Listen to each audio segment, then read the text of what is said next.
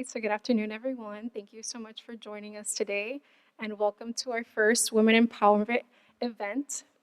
We are so excited to have you here today to have these amazing women share a collection of their stories. So it's an honor to be here with all of you, commencing this new initiative with SGA on women empowerment. This program focuses around different topics and conversations touching on all career paths. Our goal is to showcase women all over the country, specifically FIU alumni, and their courageous paths to success, while giving our students the opportunity to engage and create new relationships and enhance their professional development. Since I started with since I started my journey with SGA as student government secretary of governmental relations, I envisioned establishing a program that focused on women in politics to create grassroots opportunities and initiatives for women pursuing a career in government. This idea then blossomed to a bigger scope, highlighting FIU women in their respected professional careers. This year, it is my goal to move the needle on student engagement by tying together professional development and advocacy. This program will offer our students holistic opportunities to enhance their professional development. It is extremely important that we create more opportunities for students to find their place here at FIU. By expanding our reach, working closely with student groups, and promoting student diversity and inclusion, we create a more inclusive environment that truly highlights the vast diversity of our students. And I am hopeful that this program will focus on all these aspects. Again, thank you all for joining us, and I now want to segue into introducing our guest speakers. So first, Michelle Palacios. I'm going to share a brief bio on her, or if she prefers to do herself. Do you want me to speak about you? Okay, well, Michelle serves as the Vice President of Governmental Relations here at FIU, where she is responsible for providing strategic leadership for all aspects of government relations at federal, state, and local levels. Under Michelle's leadership, FIU has received historic legislative funding to support student success, expand research initiatives, and improve community health. As Vice President, Michelle led the expansion of FIU's footprint with the launch of a center in Washington, D.C., aimed at increasing the university's national research agenda as a Carnegie Research One highest research university, and to provide students with dynamic academic internships and career opportunities. Michelle is focused on securing FIU's priorities and highlighting FIU as a key engine of socioeconomic mobility. This outcomes-based approach has led to direct investments in FIU's students, faculty, and researchers. During her time at FIU, she served as the Director of State Relations, responsible for seeking state funding for the university, as well as seeking state approval and funding for the creation of the College of Medicine, and improving hurricane mitigation issues. In 2010, she was promoted to Assistant Vice President of Health Policy and Governmental Affairs, where she led the university's strategic health care agenda for all colleges within the FIU Academic Center. Before her tenure at FIU, Michelle was a governmental relations consultant for Becker and Poliakoff, PA, where she represented clients before the Florida executive and legislative branches. Michelle began her career as the chief legislative aide for now U.S. Senator Marco Rubio, when he served as House Majority Leader in the Florida legislature. Earlier in her career, Michelle also coordinated numerous political campaigns in South Florida. Michelle earned a Bachelor of Arts degree in education from Florida International University in Miami. She completed a leadership program at the University of Michigan's Ross School of Business. Michelle lives in Miami with her husband Daniel. Together, they have two daughters, Gabriela and Katarina. And then next to me, we have Melody Gonzalez. And Melody is a project engineer at Black and Viat. Am I pronouncing that right? Black and Beach. Okay. One of the company leaders in the water industry in their office in Coral Gables, where she focuses on delivering sustainable solutions to provide safe drinking water and effective waste management throughout the innovations and vital infrastructure to the community. Ms. Gonzalez, originally from Venezuela, graduated with a Bachelor of Science in Civil Engineering in 2018 from Florida International University. While a student, Melody worked as a leader of the Engineers on Wheels program for the Wall of Wind engineering for the Wall of Wind, where she influenced the K through 12 students with the goal of increasing this percentage of engineering students at college level. Melody served as a president of the Engineers Without Borders FIU chapter from 2017 to 2018, where she worked tirelessly towards its project in Nicaragua to provide safe, clean water to the Jinotega community. She has been recognized with several awards and scholarships, such as the ASCEFL Section Past President 2018 Scholarship, Premio Jose Vila 2018 for Civil Engineering with the Society of Women Engineers. Melody was honored at WE17 in Austin, Texas as a national recipient of 2017 Elizabeth McLean Memorial Scholarship, and with Society of the Hispanic Professional Engineers, she was a national awarded with Google STEM Scholarship in 2016, as well as the ASCE 2017 John Leonard Civil Engineering Scholarship, also at national level. As part of her commitment for professional development and community involvement, Ms. Gonzalez has served as outreach chair for the American Society of Civil Engineers with the Miami-Dade branch from 2019 through 2020, and she served as the student coordinator and public communication chair for Florida Water Environment Association South Chapter. Currently, Melody is the secretary for the FWEA South Charter Membership Committee chair for the FWEA statewide, and most recently has been invited by the WEF Board of Trustees to join the Diversity, Equity, and Inclusion Board Subcommittee. Additionally, Ms. Gonzalez currently served the ASCE Miami-Dade branch as a membership chair. So I want to segue into some questions that we've created for our panelists. As you can see, their bios just speak for themselves. They're completely phenomenal women who have evolved in their career paths. And I guess that we can segue into the first question, and whoever wants to go first. What piece of advice do you have for anyone interested in your profession?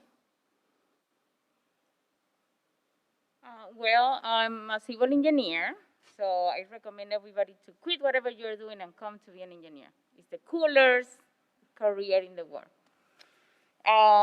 But no, seriously. I mean, I love engineering. I love what I do. Absolutely love. I don't see myself doing anything else different. And if I can give, let me do this because. Is it better now? Okay. um, it's not just for engineering, but in general. One of my biggest advice for any of the students here and whoever might be listening to the recording later is to get involved at school, involved with organization, not just a school with organizations here on campus, but organizations that have some kind of connection outside campus. So you can start building your network. Having a professional network is something very important, and I can't stress that enough.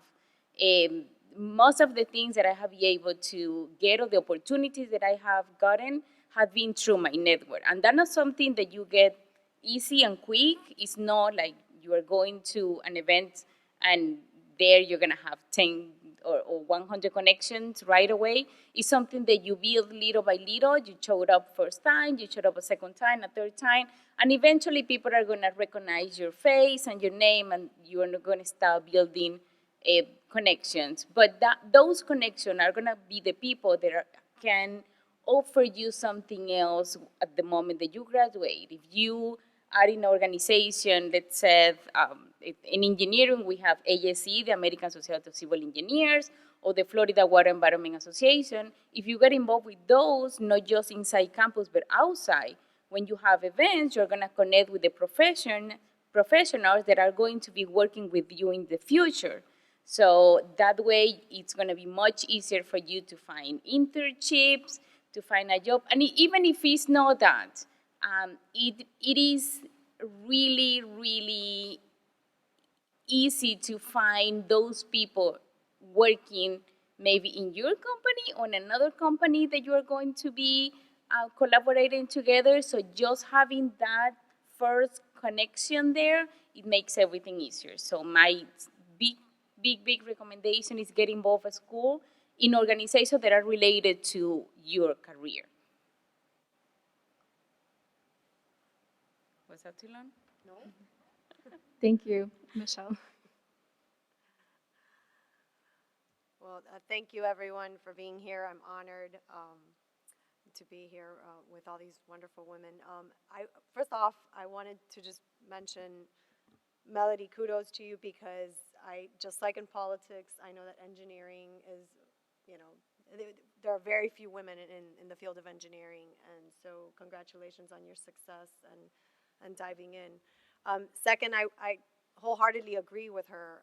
I was going to say the same thing. It's with politics, you just have to get involved. You have to volunteer, meet people, and you'll make friends really quickly in politics, and learn to support each other, because it's a rough ride, and it is exactly what you see out there. It's not for people that don't have thick skin.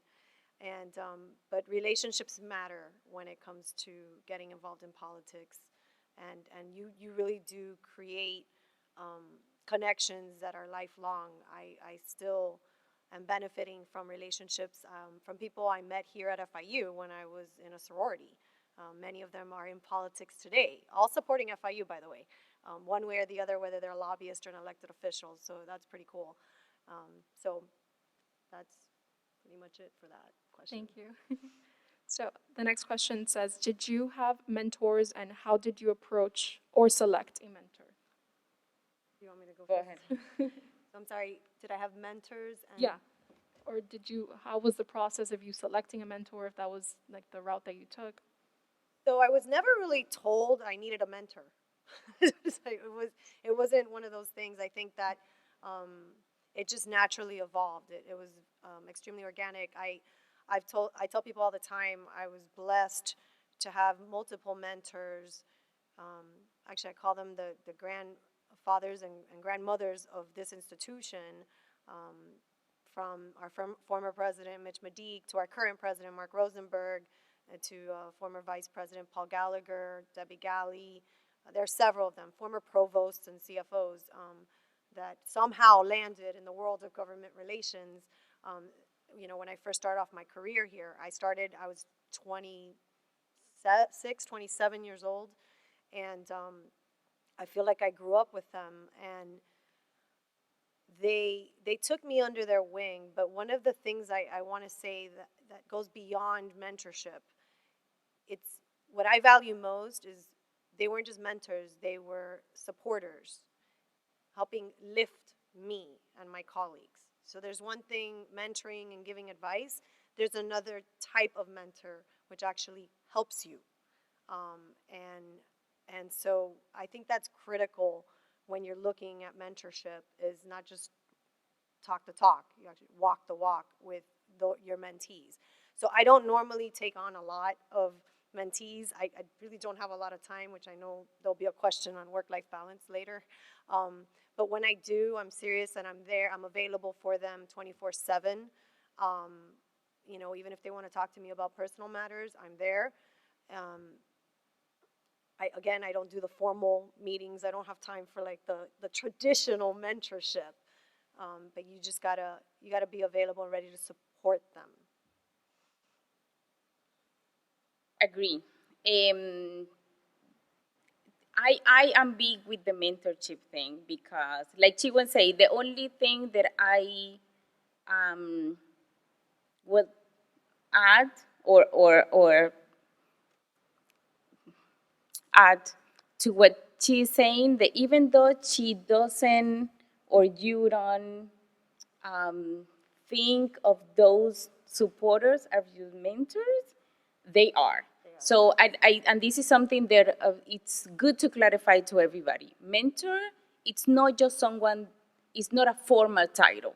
That's not a thing. I mean, it is, but it doesn't necessarily have to be. Mentor is those people that are there to support you, to hear you, to give you advice. And what, typically when we talk about mentor, people immediately think about technical mentor, and that's not. That I'm very, very big with the mentorship thing because I have found really good mentors on my way, and it's mentor slash support slash friend. And I actually, I think few of you might know that I just wrote an article just a couple weeks ago, and I speak about my mentors or my biggest mentors.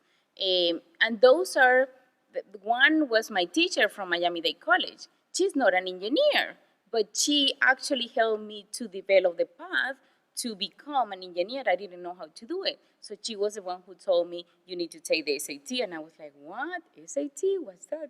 So it's not technical mentor, but it was my mentor because she showed me the way. And another thing that people might be a little bit confused is the mentor tell you what to do, and that's not the case. A mentor guide you, tell you what they think, give you their opinion, their life experience, their point of view, and you might even have more than one person, like I have, like she has. And then you are the person who have to make a decision at the end. And the good thing about if your mentor is a good mentor, the mentor is going to respect your decision and support you in whatever way you want to go. I do have former mentors, and I have life mentors, like my teacher, my advisor here from FIU. She was one of my bigger supporters. She helped me to follow through and everything. She guided me with the classes that I need to take. And those mentors, because of the time and the type of relationship that we have, they have become my friends too. But I also have technical mentors, and those are important as well, because depending on your career, not all career might need technical mentor in the same way. Engineering need it, because engineering is based on experience, and experience comes from working on projects. So I have technical mentor, former mentor. We have set of phone calls every 2 weeks to tackle specific subject, technical subject about projects. But I also have other mentors that guide me in other sections. You don't have to, I mean, you have to look for a mentor, but you don't have to go with a checklist to check mentor. It comes naturally. There are people that you are going to trust, that are aligned with your values, with your path. And little by little, you are going to find yourself going more and more back to the person to ask for their opinion until it become a relationship, a mentor relationship that you both agree that you guys have. So, May I add one thing? I've been asked this question several times, and I always answer it in a different way. But one of the things that I always make sure to say is, when I'm speaking in front of women, I usually ask the question about women mentors. They don't all have to be women. There are a lot of men that support us, and we should also support men. So it's about just being a person and someone that, you know, wants the mentoring and wants to be mentored. So it was just something I wanted to point out, because I've been supported by so many women and so many men along the way, and I can't even name them. I would be here, you know, for 10 minutes. So I just wanted to bring that up. Thank you. I think that mentorship is definitely comes in all different shapes and sizes and for different points in your life. So thank you for sharing. So where were there individuals who served as advocates for you in your career? And I guess I can kind of relate to that same idea of a mentor. But I don't know if you want to add something different, if you see someone as an advocate rather than a mentor. I do. I try to raise my voice all the time. I'm the person, the annoying one who said, hey, we have three guys. Where's the diversity? I'm actually, like she mentioned, I was invited to a national subcommittee about diversity and inclusion for the Water Environment Federation. And I was, for that committee, you not just join, you first have to be nominated, and then go through a series of process of elimination and interviews, and then you get invited. and I actually got invited. I'm very excited. I have my first meeting last week. Congratulations.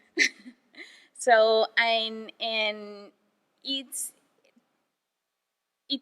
not something formal that you have to do. You can do it like the way that I'm gonna start doing it, or I started doing now with this subcommittee. But it's in the day to day, in the little by little. You are in your office and just support the other women in your team and in your class. You are wherever you are on social media. It's about lifting each other and helping each other out.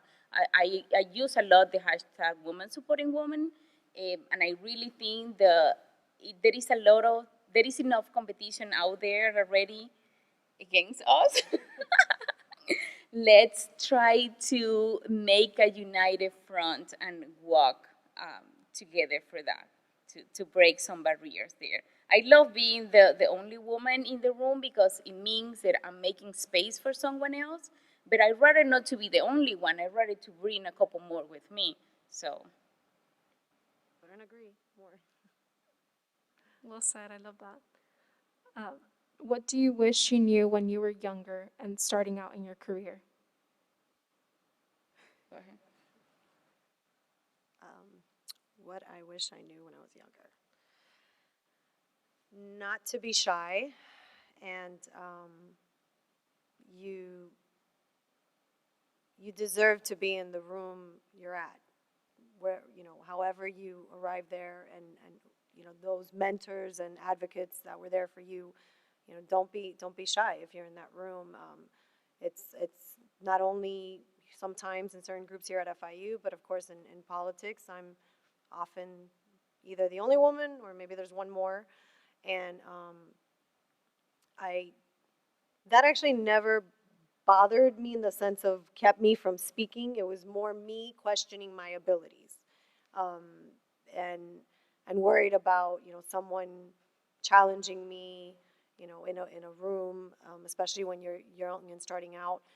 The second thing I would say about that is I questioned myself a lot because I was young and I looked young, and people would kind of treat me. They still kind of do in Tallahassee, um, and you have to be confident, and don't worry about it, and let them figure out why you're in the room and who you really are. It still happens where I'll walk in, by the way, into a room with my team, the male members of my team, and meets faculty or somebody at FIU, and they'll ask one of my employees, when's your boss getting here? And he's like, she's right there. So it does still happen.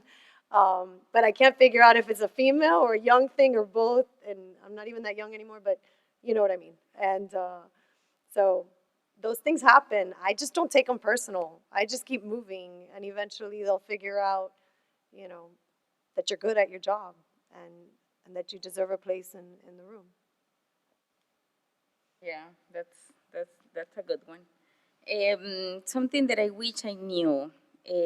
I'm talkative and I'm not shy, so that's not an issue for me. I've never been, but um, I wish I knew that I would have to write so much in engineering. I didn't know that. Writing is a very practical skill that we all need to have. Doesn't matter, even if you're going to engineering, that you think that you are just going to be calculating stuff.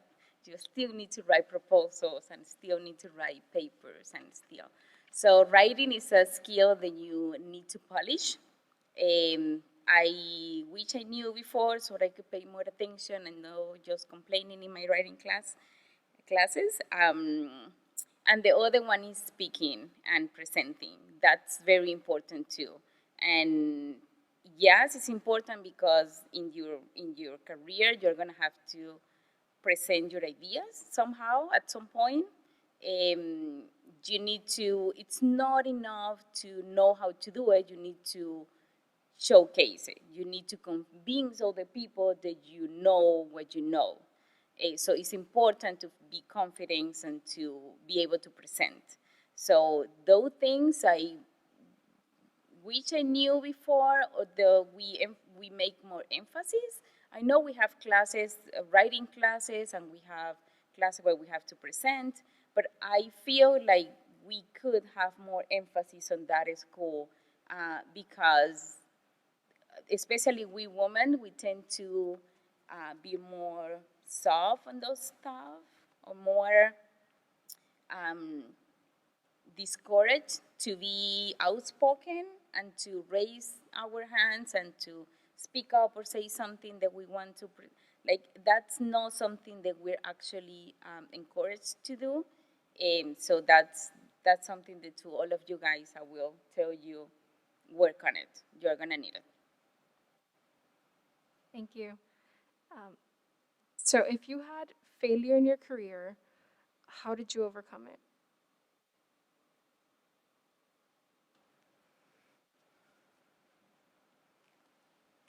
I can speak. Okay, failure.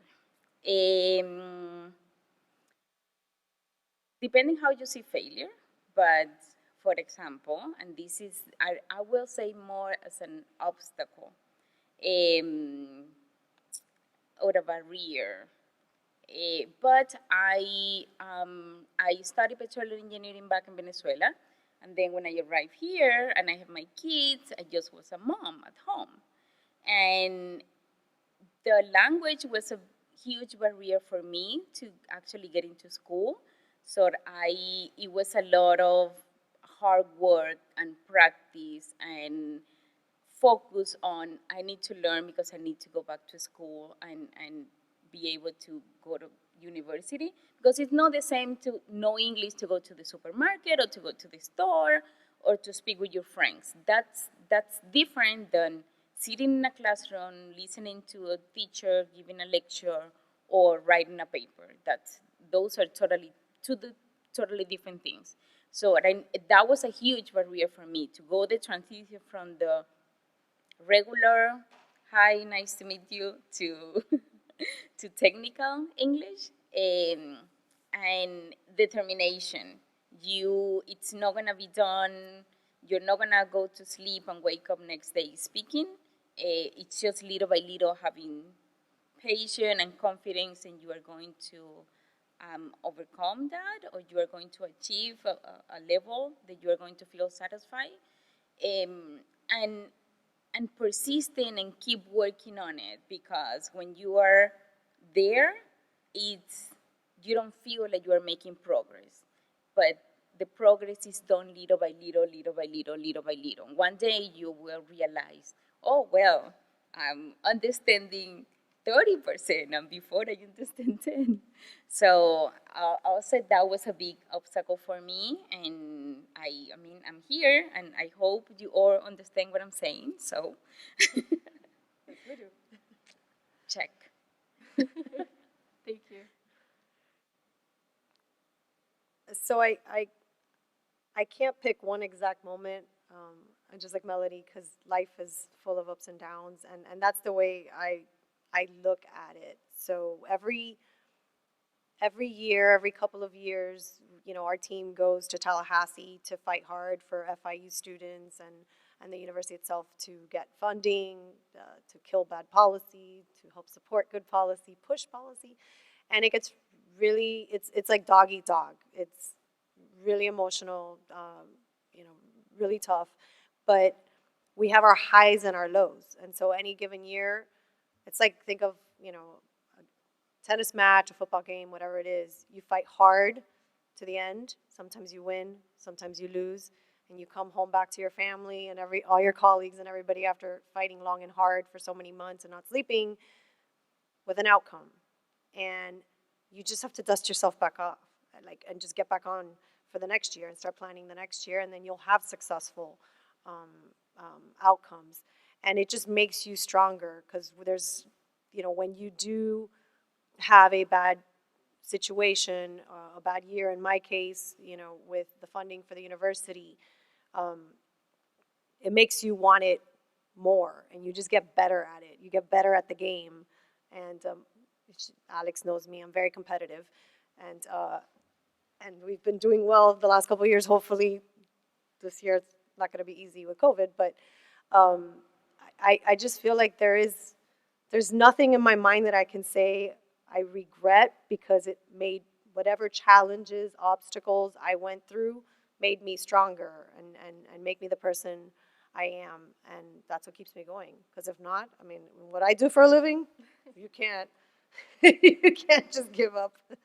You have to keep going. I definitely agree.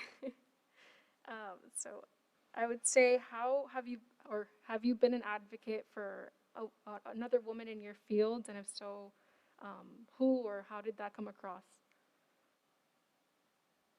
Go ahead.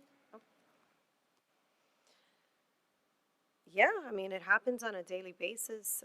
Like Melody was saying, I have official mentees that are, the traditional way of looking at a mentor-mentee relationship. But then also in Tallahassee, how many of you know, like, that world? Or, know a little bit about the Tallahassee politics? No, not many people. Some. Okay. Literally me. It is a man's world, and everyone goes out after, the whole official thing, and, you go to the governor's club, and you have a glass of wine, and, that's how you build relationships. And it's tough, not gonna lie to you. It's tough for a woman in that environment, and to protect your reputation for that matter, which that's a discussion for another day.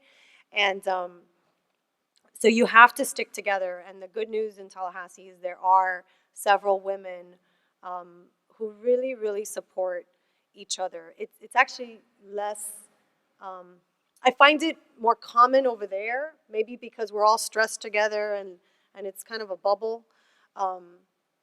Even if we're against each other on an issue, we support each other at the end of the day, and we don't take it personal.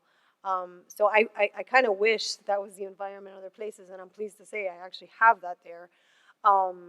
So yes, I mean, it does exist in my world, and I try and make friends with some of the younger women entering the process, whether they're lobbyists, legislative aides. I've done all of that before. Even some young female newly elected officials.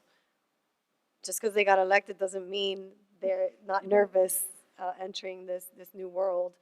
And so, I do seek more relationships with women, and I can understand what they're going through, and I try and put myself in their shoes and how I felt when I was entering that bubble up in Tallahassee.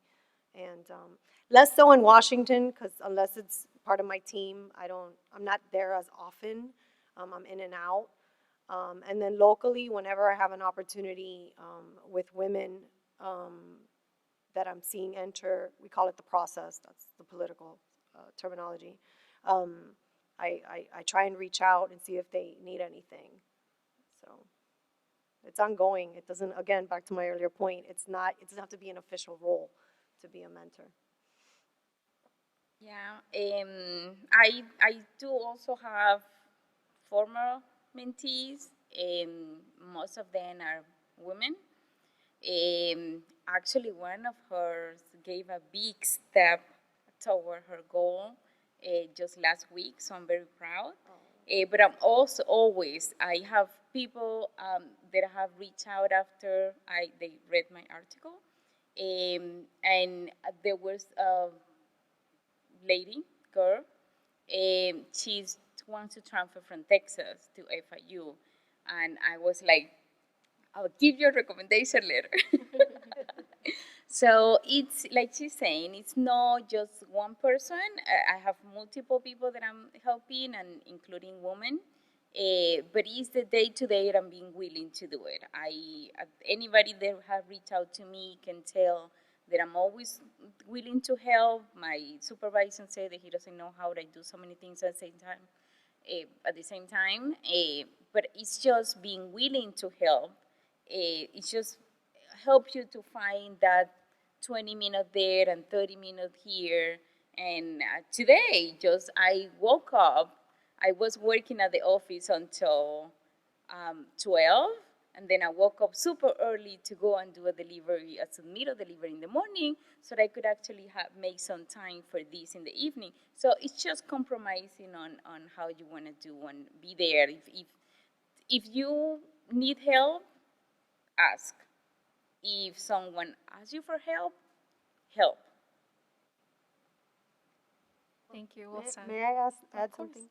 And it does apply to many of you in this room, including you, Alex. I believe sometimes you don't even know that you are a mentor to somebody else. And so I say that looking at you in particular with your position, there are many young women, freshmen, sophomores, that are looking at you and saying, wow, you know, XYZ. And so we all, at some point in our life, whether it's with a little sister, you know, with a younger friend, whether, you know, it's someone at FIU that's watching you, you have to know that at some point you will become a mentor to somebody.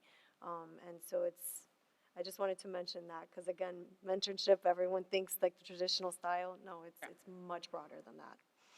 I agree. Actually, when we were talking about the amount of exposure they have got in the article, I spoke to my mentor again from Miami-Dade College.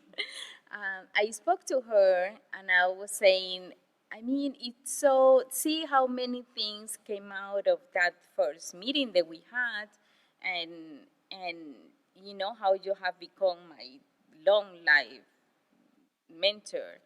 Um, could you imagine? And we were talking, and at some point she said, uh, think that you are right now you're being an inspiration for a lot of people that don't know you, but you have been an inspiration to me too. And I'm like, what? Like, you are my mentor. She's like, no, I have learned a lot of things from you too, because once you transfer to FIU, everything that you learned, you transfer to me, and I have been able to pass that information to other people too. So I do have learned from you. So mentorship is not just a one-way relationship, it's a two-way. That's why it becomes, if it is a good mentor and you guys are aligned, it becomes a friendship because you both benefit from it in almost in the same way. Thank you. I would agree, and as Michelle was saying, as a woman pursuing a career in government and politics, I do look up to Michelle and all her courageous success, and I do ask this question personally. So, how did politics and government become your passion? You know, a lot of people ask me that question, and honestly, I don't know the answer, because my story is kind of weird.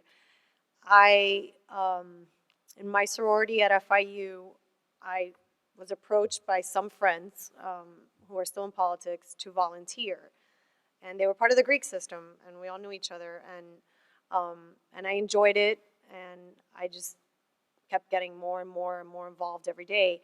At the exact same time, it's amazing. My father decided to leave as the banking industry as a vice president of a bank, quit, walk out the door, have no income, and start volunteering for free for a former mayor of Miami-Dade County, running campaigns. And so then he started running campaigns, and I started getting involved on that end too, while still helping some of my friends, sorority sisters, fraternity friends, in other campaigns that had nothing to do with my family. And so those tracks kind of went at the same time. And I had always said I wanted to be a school board member, which is why I went into education. And I reached a crossroad at one point. I was like, which one comes first, chicken or the egg? Do I go become a teacher? Do I go into politics? Well, September 11th made that decision for me, because they put a hiring freeze in the classrooms for hiring. But I think it's in my blood, because I have a love-hate relationship with politics. One day I wake up and I'm like, I quit, I'm done, I'm over. My team hears me say this all the time, because I'm obsessed. And again, I'm competitive, and I really, really enjoy it. But boy, does it take a toll on you. And I hate it sometimes, and I hate the ugliness and what I'm watching, XYZ, and on a daily basis. So because I'm so passionate about it, one way or the other, depending on how I wake up and what's going on, I probably lean towards, I was born with that drive and love for it. But I ended up I guess I got it from my dad, in his blood. But there was also fate that led me to meet certain people at FIU in the Greek system. I don't even remember how I ended up in the Greek system to begin with. So, I think it's a bit of both. I think that passion is something that's contagious, and people probably don't see you as on a personal level like I do, but for platforms like this, it's nice to see women like both of you that are so passionate about your careers, and it's very motivating and creates a lot of ambition for us that are starting off to one day be in your places. Thank you, Alex. And by the way, my pet peeve is, yes, I am extremely passionate, and sometimes they call you dramatic. I call it passion. I and I think that that's what makes me effective. So one of the things I've learned in life is your biggest weakness is probably your biggest strength. And my drama is my passion, and that's how I've been effective. The day that I do not feel passionately about what I do for a living is the day that I probably would not be effective at my job. I get job offers all the time to go out into the private sector, and people have asked me this question, why are you still at FIU? It's been 16 years, by the way. Que aguanta. But it's because I'm passionate and I care. And I can look at myself in the mirror every day and say, okay, I'm mad, I'm angry, I'm frustrated, but it matters. What I do for a living matters. Nobody knows who I am. The students have no idea who our team, our little team, who they are and why they exist. Speaking of one that just walked in. I'm going to probably embarrass him later. Nobody knows who we are in this campus. That's okay.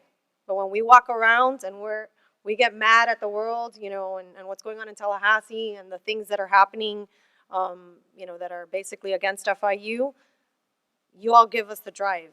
When we see you and what you're going through, and actually most of our team went to FIU, so I think that also adds to the passion. So again, if there's one lesson, it's your biggest strength could be your biggest weakness could be your biggest strength. And don't let people put you down, with your biggest weakness. It is your strength. Perfectly said. And if you guys know me, I'm always talking about advocacy, and the governmental relations team is the number one advocate for our university. And I always lean to them for, pushing us to bring new initiatives and what can we do to make FIU better. So I thank you. And a question for Melody. Throughout your hardships, how did you stay motivated and dedicated to your goals and plans? Well, that's easy because I'm very competitive and I'm a doer. So no matter what I do, I want to finish and I want to get it done and be able to scratch it from my list of things to do. So it's difficult. It's hard to go every day. You have a long goal. In my case, it was 5 years, and now and again, every time that you reach one, you get a new one. But in my case, at that moment when I started, it was a 5 year to graduate, get a job, and all of that. But in the day-to-day, you have to cook, you have to work, you have to go to sleep, you have to clean the house, so it's difficult to find time to do everything that you have to do. So making little priorities and what's a priority today or this evening or this week, that helps you to get and pass the time. And a lot of times when you say priority, it's like, oh yeah, my family is my priority. I mean, is your priority all the time? Because when you have a test and the test is tomorrow morning, your priority that night is your test. I'm sorry. And your family is very important. But the priorities have a time and a moment, and it depends. So, yeah, I have a lot of times that I have to take the kids to swimming classes, and I have to be studying with my books in a chair. And yeah, because at that moment my priority was having my kids in the swimming classes. But then probably next day or next weekend, then I had an event and they have to come with me and stay sitting there waiting for me while I was on my event. So you need to keep your big picture in the back on in your head and know that's what you want to do and what you want to get at the end.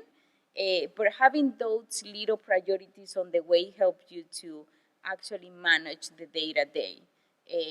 That's what it kept me motivated. I wanted to get it because that was my goal. I want to get there, and no matter what, I know it's hard. I know you have to be somehow flexible. It might not be you cannot say, oh, I'm gonna reach my goal on March 25, 2000. I mean, really? And so you have to be some flexible. Life happen. You might not get it this year. You might get it next year. But as long as you're making progress, I think that's fine. And make little wins count too. You pass a test and yay, celebrate your test and you got, you know, something and you got a formal internship interview attire and that's a win. I go one. You know, so celebrate your little wins so you don't become demotivated with the little loss because they're going to be ups and downs, like she said. Um, you just need to keep moving. Progress is progress. You're gonna get there. Progress is progress. Doesn't matter how slow you move, but that you keep moving.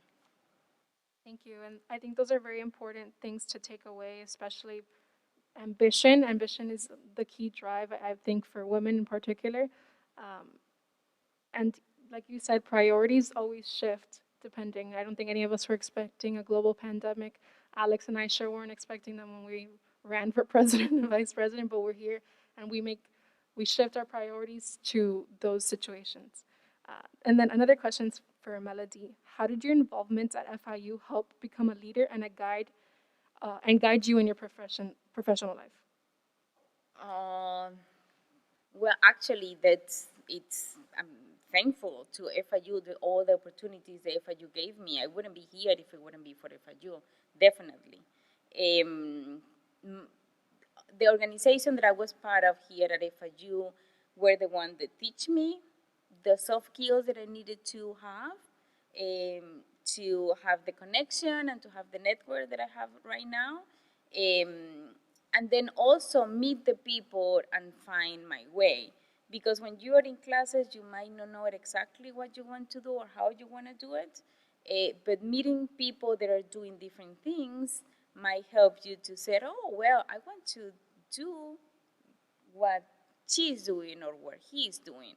Or you work on a project or task or something and you realize, I thought that was different. That's something that I don't want to do. So, so getting involved and doing different things here at FIU with different organizations help you to narrow it down to what you want to do.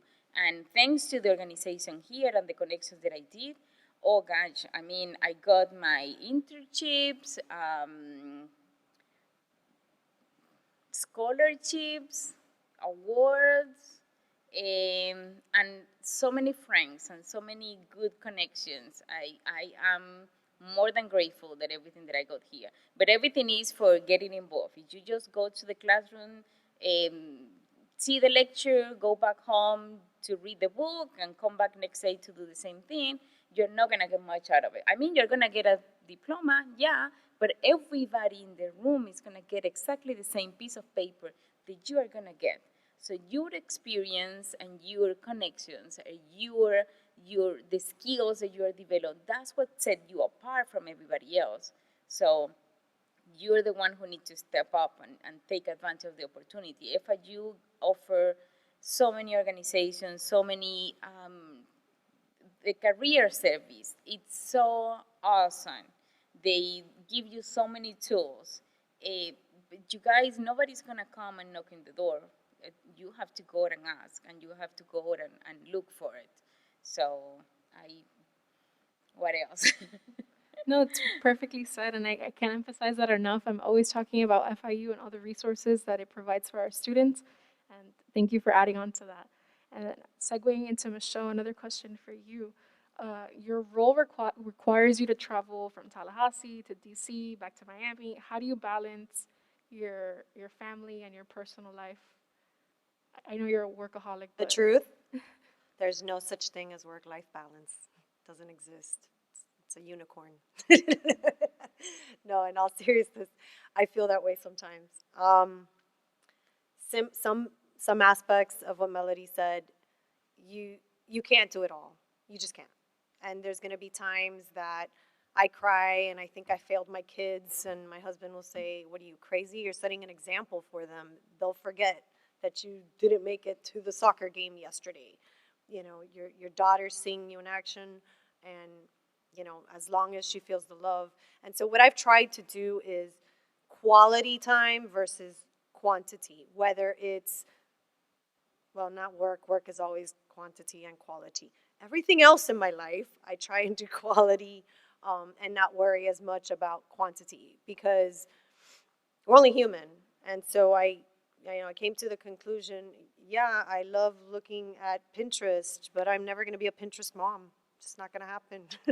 And this morning, I washed my hair. There's no such thing as perfection. I didn't have time to take out the iron, blow dry it, or do anything. It goes in a bun. I don't have my nails done. It's fine. You're fine. You know, you do the best you can. And as long as you're passionate again about your career, and make sure that you are not in, let's say, the only advice I would give is don't take away time from your family and everything that is important to you, friends, whatever that is, traveling, whatever is your priority area, to do something that makes you miserable. That's then you will have a problem, and you will challenge yourself about work-life balance, and it'll become a big deal. I'm not going to lie to you, it's tough. I am really hard on myself. I usually have a breakdown in the middle of session every year, and I cry to my husband, "I'm done, send me home. I'm over this. You know, the kids miss me." But no, you pick yourself back up, and everyone's there, and just make sure you're surrounding yourself with people that support you. I have to tell you, I could not do this if I did not have the husband I have, who supports me. Yes, gets frustrated. Not gonna lie, gets frustrated, but he tells me things like, I'll give you an example, and this is personal. Some people know this about me, but not a lot. When I was asked to be vice president, I almost turned it down, because I had lost my mother, and I felt like, oh, life is too short. My mom was 59. Life is too short. I need to enjoy. At that time, I had one child, Gabriela more, and my husband looked at me and he says, "What are you doing? What do you mean you're going to say no?" He says, "Our Cuban parents did not come to this country for you to pass up this opportunity. Your mother is rolling over in her grave. What did she, all this, what are you talking about? This is nonsense." And he said to me, "I will never have an opportunity to change people's lives like you have an opportunity to do, representing your alma mater, this institution you believe so much in. And he says, you need to do this, and I will support you." And he said, "I'm not a machista. You can make more money than me. You can have a higher position. That doesn't matter. You need to do what's right for you, and then the family will be okay. And it's unconditional love, and that's it." So, that's kind of my... thank you for sharing. Yeah, No? follow up on that.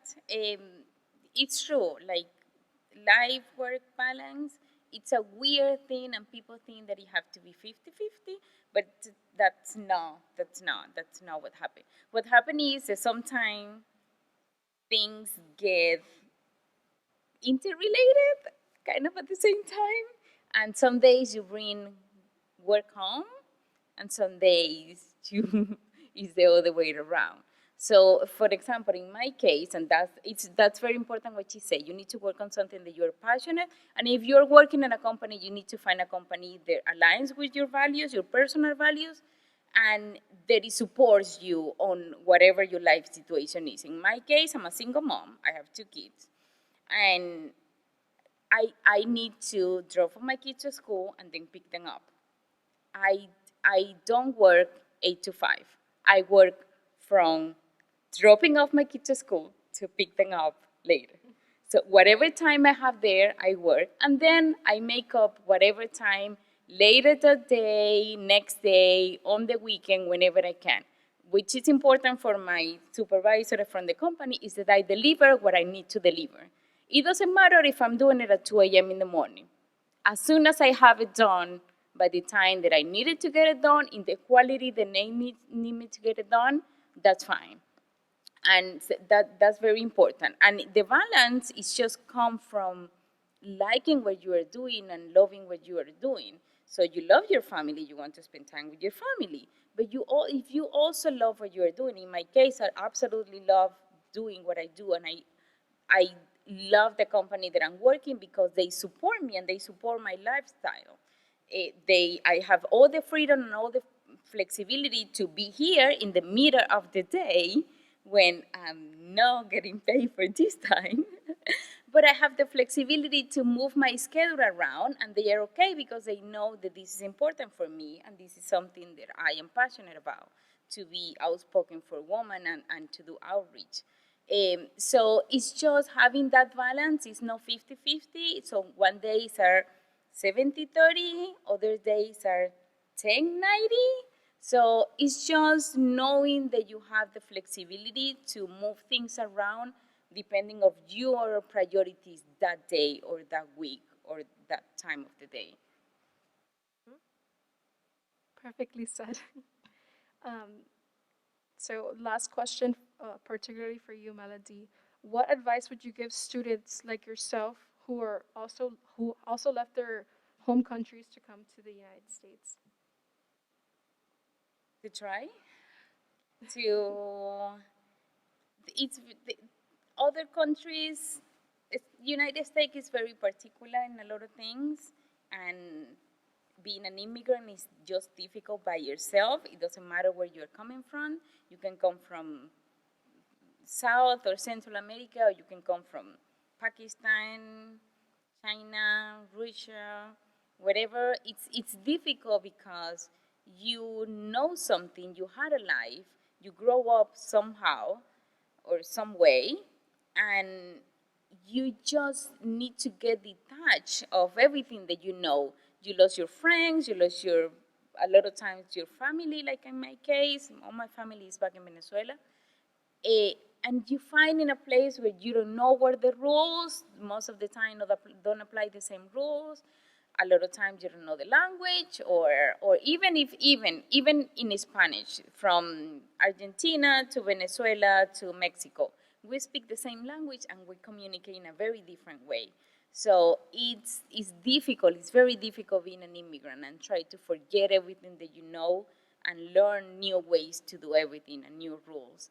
Um, and when we find ourselves in a new country, trying to even survive those first, I'll say, years, um, a lot of time we underestimate ourselves and we think that just because we don't know how things are done here, we are not going to be able to accomplish. But I mean, just having the courage to come, to leave everything and come here, it's a big step. If you were able to do that, I would say you were able to accomplish a lot of things. You just don't know it yet. So I would say try to go for it, try to do, try to achieve, try the new job. You don't feel, especially for women, you don't feel you are competent yet. And you'd rather to be ready before applying. No, jump and apply it and try to get it. And once you're there, you'll see you're made up for that. So just go for it and try. That's my advice. Thank you.